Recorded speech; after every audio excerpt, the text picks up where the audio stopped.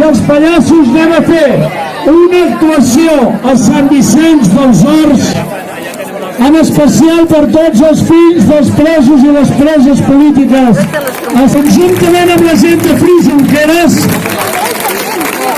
il·luminem la festa NAS de Nacional, NAS, la festa del NAS. Tortell Poltrona, Claret Crom, Pep Callao, Companyia Filigranes, Beto Pallasso, ara m'acaba de confirmar, Pep López i Sopars de Duro, i molts més pallassos i pallasses que serem a Sant Vicenç dels Horts en una jornada espectacular. Els pallassos seran sempre vostres!